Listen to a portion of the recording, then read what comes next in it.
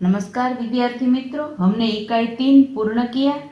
अब इसका एक बार इकाई 3 के भाषा सज्जता का पुनरावर्तन कर लेते हैं।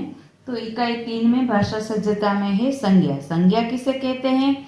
तो किसी व्यक्ति, पशु, पक्षी, वस्तु, स्थान, गुण, भाव या अवस्था के नाम को संज्ञा कहते हैं। संज्ञा यानी कि नाम। अब इसके प्रकार है, हमने 2 प्रकार सीखे, इसका पुनरावर्तन करते हैं, फिर आगे के प्रकार सीखते हैं। प्रकार 1, व्यक्तिवाचक संज्ञा।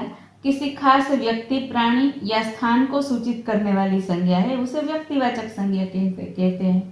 किसी व्यक्ति का नाम हो, किसी प्राणी, खास प्राणी की पूरी जाति नहीं, कोई एक ही प्राणी खास हो, इसका नाम हो, ऐसे प्राणी के नाम को व्यक्तिवाचक संज्ञा कहते हैं। किसी खास स्थान हो, उसे भी व्यक्तिवाचक संज्ञा कहते हैं। हमने सीख लिया। अब जातिवाचक संज्ञा, जो शब्द संपूर्ण जाति का बोध कराते हैं, मानो प्राणी, गाय, भैंस, बकरी, नदी, पर्वत, लड़का, लड़की, मनुष्य आदि जातिवाचक संज्ञा है। तो व्यक्तिवाचक संज्ञा और जातिवाचक संज्ञा हमने बराबर समझ लिया। उनमें जो प्रश्न दिए गए हैं उसके उत्तर भी हमने लिख लिए। अब आगे सीखते हैं। तो इकाई 3 में 2 प्रकार की संज्ञा है और इकाई 4 में 2 प्रकार की संज्ञा है। तो 3 का भाषा सज्जता लिख लेने के बाद अब इकाई 4 में जो भाषा सज्जता में संज्ञा के अन्य 2 प्रकार दिए गए हैं वह हमें सीखना है और लिखना भी है। संज्ञा के सभी प्रकार एक साथ ही लिखेंगे, क्योंकि जब हम एक साथ सभी प्रकार की संज्ञा समझेंगे तो अच्छी तरह से याद रहेगा। तो प्रकार 3 है समूहवाचक संज्ञा। बराबर समझना, जो शब्द किसी समूह का बोध कराते हैं उसे समूहवाचक संज्ञा कहते हैं। जैसे कि रेलवे स्टेशन पर लोगों की भीड़ रहती है, तो भीड़ शब्द कभी भी एक व्यक्ति के लिए नहीं प्रयुक्त किया जाता, हमेशा एक से ज्यादा लोगों के लिए प्रयुक्त होता है, इसलिए भीड़ समूहवाचक संज्ञा है। बच्चों की टोली होली खेलने निकली है। टोली, किसी एक बच्चे को कभी हम टोली नहीं कहते, समूह नहीं कहते, टोली हमेशा समूह को ही कहा जाता है, इसलिए टोली शब्द समूहवाचक है। सभा में कई लोग इकट्ठे हुए। सभा, किसी एक व्यक्ति को सभा नहीं कहा जाता, सभा माने कई लोग इकट्ठे होते हैं, इसलिए सभा शब्द समूहवाचक है। तो प्रकार 3 है समूहवाचक संज्ञा। हमेशा किसी समूह के नाम को समूहवाचक संज्ञा कहते हैं। बराबर से याद रहे, भीड़, टोली, सभा, दल आदि समूहवाचक संज्ञा है। अब प्रकार 4, द्रव्यवाचक संज्ञा।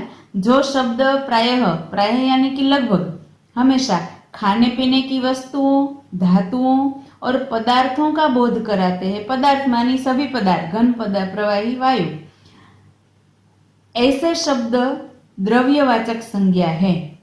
उदाहरण है, लड़का दूध पीता है, तो दूध द्रव्यवाचक संज्ञा है। ऊन से कपड़े बनते हैं, तो ऊन द्रव्यवाचक संज्ञा है। सोना कीमती धातु है, तो सोना द्रव्यवाचक संज्ञा है। स्टव में मिट्टी का तेल भरा जाता है। मिट्टी का तेल मानी केरोसिन, जिसे हम गुजराती में कहते हैं। मिट्टी का तेल भरा जाता है, तो मिट्टी का तेल द्रव्यवाचक संज्ञा है। चावल अन्न है, तो चावल द्रव्यवाचक संज्ञा है। इस तरह प्रायः खाने पीने की चीजें, धातु, पदार्थ आदि द्रव्यवाचक संज्ञा में आते हैं। प्रकार 4 बराबर से याद रहा, द्रव्यवाचक संज्ञा। अब प्रकार 5, प्रकार 5 है भाववाचक संज्ञा। समझते हैं, जो शब्द मन के भाव, गुण, दोष, दशा आदि का बोध कराते हैं, ऐसे शब्द भाववाचक संज्ञा है। उदाहरण है, हमें अहिंसा के पथ पर चलना चाहिए। अहिंसा गुण है, तो अहिंसा भाववाचक संज्ञा है। पहाड़ की चढ़ाई बहुत कठिन होती है। चढ़ाई शब्द भाववाचक संज्ञा है। हमारे व्यवहार में विनम्रता होनी चाहिए। विनम्रता गुण है तो विनम्रता भाववाचक संज्ञा है।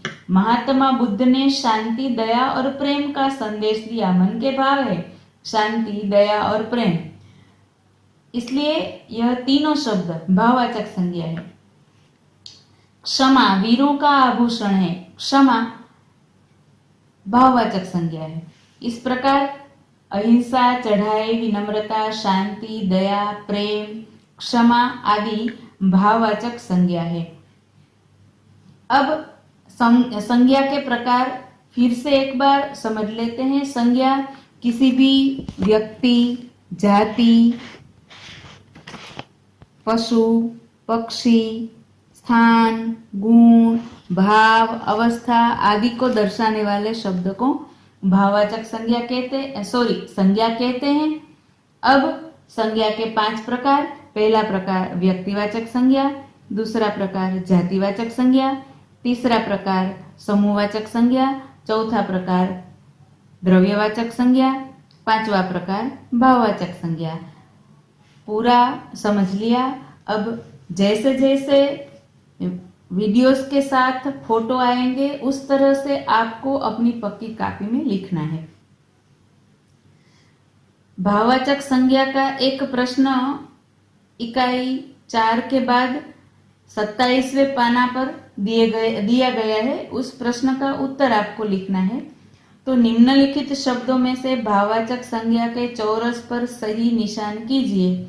उसमें जो उत्तर है यह शब्द मैं बोलते देती हूँ, यह उत्तर है, सही है, भाववाचक संज्ञा है। तो सच्चाई, ऊंचाई, बचपन, लंबाई, अमीरी और बुढ़ापा, यह उत्तर है। यह सब शब्द भाववाचक संज्ञा के हैं। तो आपने पूरी तरह से समझ लिया। संज्ञा के सभी प्रकार आपको समझना है।